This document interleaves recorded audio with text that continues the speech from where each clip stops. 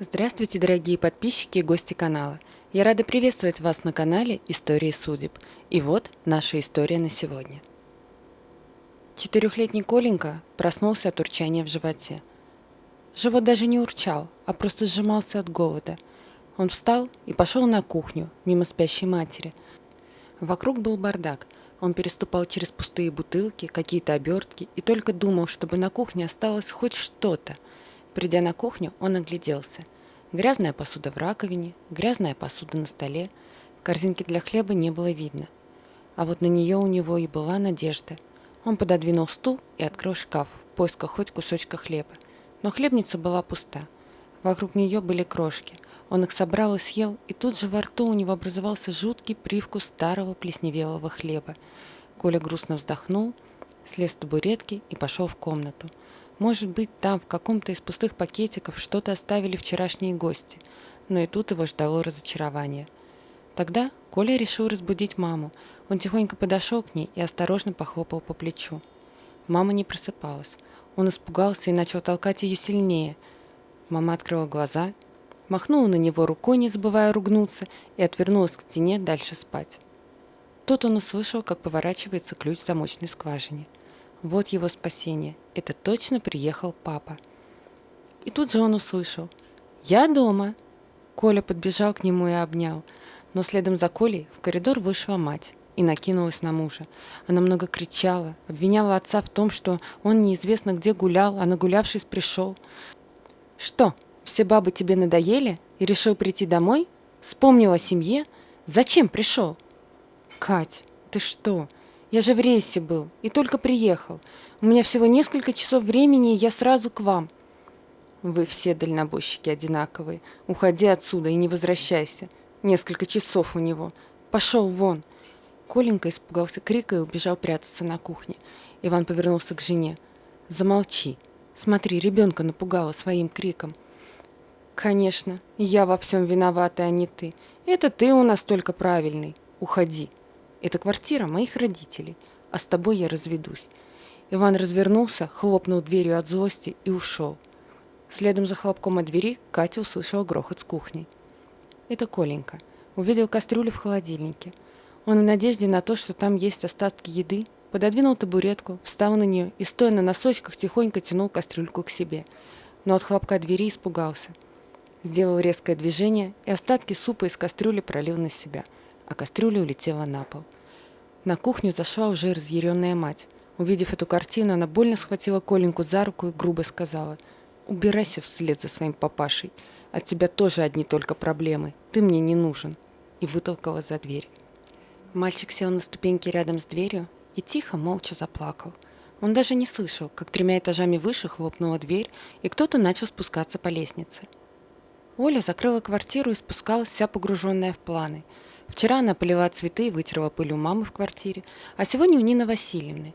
Мама и Нина Васильевна уехали отдыхать в пансионат и попросили Олю ухаживать за цветами, а так как квартиры подруг находились в разных районах города, то она ездила по очереди.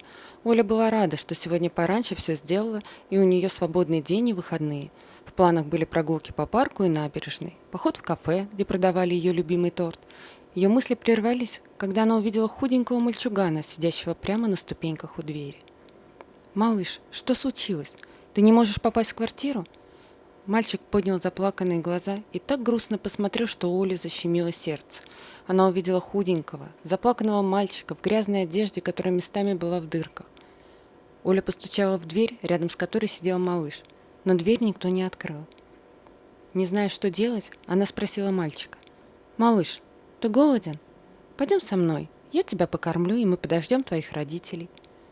Голос у тети был очень приятный, да и сама тетя была такая красивая, что Коля не мог оторвать от нее взгляд.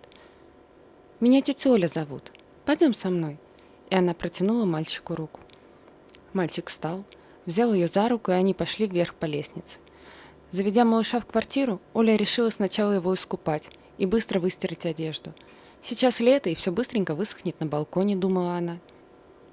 После купания мальчик сидел замотанный полотенцем на диване и смотрел мультики. «Как тебя зовут, малыш?» – спросила Оля. Но в ответ мальчик только грустно посмотрел на нее. Оля не настаивала на ответе и пошла на кухню, чтобы найти, чем покормить малыша. Но Нина Васильевна перед отпуском оставила дома только нескоропортящиеся продукты, такие как макароны, рис, гречка. Рядом был супермаркет, и Оля решила сбегать туда. Зайдя в комнату, она увидела, что малыш уснул. Быстро развесила его вещички на балконе и побежала в магазин. Когда она спускалась мимо двери, у которой нашла мальчика, то решила еще постучать. На стук ей открыла заспанная неопрятная женщина. «Что вам надо?» – спросила та хрипким голосом. «Вы мальчика не теряли?» «Никого я не теряла. Нет у меня больше ни мужа, ни сына», – громко ответила та и захлопнула дверь. Оля постояла в недоумении минуту и побежала в магазин. Она не знала, что именно любит мальчик, да и времени у нее не было долго выбирать, поэтому она схватила пачку пельменей, хлеб, творожки, йогурт, молоко и побежала обратно.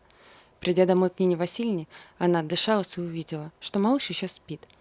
«Ну и хорошо», – подумала она, – так хоть не испугался, оставшись один в чужой квартире. Коля проснулся от запаха еды. Рядом лежали чистая футболка, шортики и трусики, но это были не его. Это Оля по дороге из продуктового заглянула в маленький отдел и наспех взяла, а также несколько машинок. Коля, как привороженный, смотрел на яркие машинки. У него давно таких не было. Была как-то одна, подаренная папой, но мама после отъезда папы куда-то ее спрятала. Голос тети Оли вывел мальчика из размышлений. «Малыш, одевайся и пойдем кушать». Мальчик быстро оделся и пришел на кухню. Перед ним стояла тарелка со вкусно пахнущими пельменями, рядом лежал свежий хлеб, а чуть подальше стоял стакан с молоком. Он был так счастлив и быстро все съел и выпил. Хотел встать со стола, но тетя Оля его остановила и поставила перед ним открытый йогурт, а недалеко стояли еще 3. Малыш только один раз пробовал такое и запомнил этот вкус. Однажды на детской площадке его угостила девочка. Всего 1 ложечку, но это было так вкусно. А теперь перед ним стоит баночка и вся его. А еще есть несколько. Он уже думал, где он будет их прятать в квартире, чтобы потихоньку есть. Да и этот надо бы растянуть на день. Он съел половину и отодвинул. «Тебе не нравится?» – спросила тетя Оля. Коля покачал головой. «А почему не доедаешь?» Малыш с грустью взглянул на нее, и она все поняла. «Не надо экономить. У тебя еще есть. И потом куплю тебе с другим вкусом». Когда они поели, Оля убрала грязную посуду, сложила оставшиеся йогурты в сумку, а пустую в мешок для мусора. Туда же кинула старую одежду малыша. Еще подумав, зачем она вообще ее стирала, они взялись за руки и пошли из квартиры. Когда приблизилась дверь дома, малыш остановился и с грустью и тоской посмотрел на Олю. «Нет, ты туда не пойдешь. Сегодня переночуешь у меня, а завтра будем думать, что делать. Квартира, в которой мы были, не моя, а подруги моей мамы. А сейчас мы поедем ко мне». Мальчик был рад и весело зашагал по ступенькам. Квартира тети Оли была просторной, светлой и чистой. Он ходил по ней и не мог надышаться чистым воздухом. «Пойдем прогуляемся? Купим тебе обувь, а то твои шлепки никуда не годятся, да и маловато тебе уже. А еще покатаемся на качелях». Коля радостно закивал, схватил одну машинку, и они пошли. Они долго ходили по магазинам, а потом гуляли в парке. Придя домой, малыш мерил обновки и рассматривал игрушки, а Оля пошла готовить ужин. Он смотрел, как ловко тетя Оля готовит ужин, и ощущал себя как в сказке.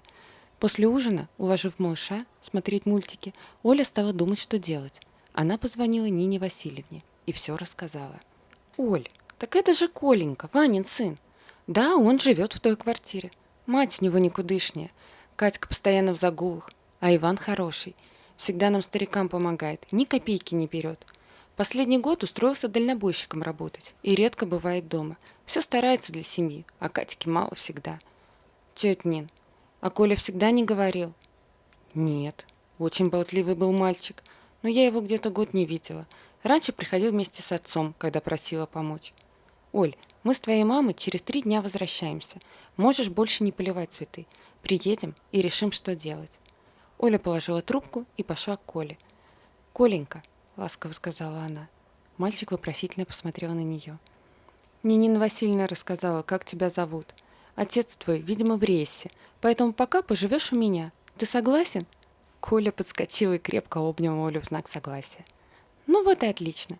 Скоро я выключу мультики, и ты ляжешь спать». Оля пошла на кухню, позвонила своему начальнику и взяла недельный отпуск. Она и собиралась год назад в это время пойти в отпуск. Тогда она была замужем, и они с Владимиром планировали поездку на море. Но 3 месяца назад муж ее бросил и ушел к другой, потому что Оля за 5 лет брака так и не смогла забеременеть, а другая смогла. Оля отказалась от отпуска, так как не хотела оставаться одна в квартире. На работе, в окружении людей, ей было легче, а сейчас она не одна. Ей надо позаботиться о малыше. 3 дня до возвращения Нины Васильевны пролетели незаметно. Коленька и Оля много гуляли, ходили в кафе, в зоопарк и были счастливы. А какие пирожки пекла тетя Оля, малыш просто не мог от них оторваться. Позвонила Нина Васильевна. Сказала, что мать Коленьки и слышать о нем не хочет, а отец в рейсе. И она предупредила всех соседей, чтобы, когда увидят Ивана, сказали ей. Тем было интересно, зачем он ей нужен. Но она сказала, что не течет кран, и кроме Ивана она никому не доверяет. Так и жили еще 2 дня. Оля и Коля, душа в душу. В этот день Оля опять напекла пирожков, и они собирались садиться за стол, как в дверь позвонили. Оля открыла дверь, и на пороге стоял взволнованный мужчина. На вид ему было чуть больше 30. Оля спросила: «Вы ко мне?» «Да, меня зовут Иван. Нина Васильевна рассказала, что Коленька у вас, и дала адрес». Коля, услышав голос отца, побежал к нему и залез на руки. «Оля, спасибо, что сберегли сына. Извините, пожалуйста, за неудобство. Я его матери не верну и сам подам на развод. Коленьку отвезу к своей маме в деревню. Ему там будет хорошо». Оля погрустнела. Она так привязалась к малышу. Он стал ей родным. С надеждой в голосе Оля спросила: «А может, поужинаете? Я Коленьких любимых пирожков напекла.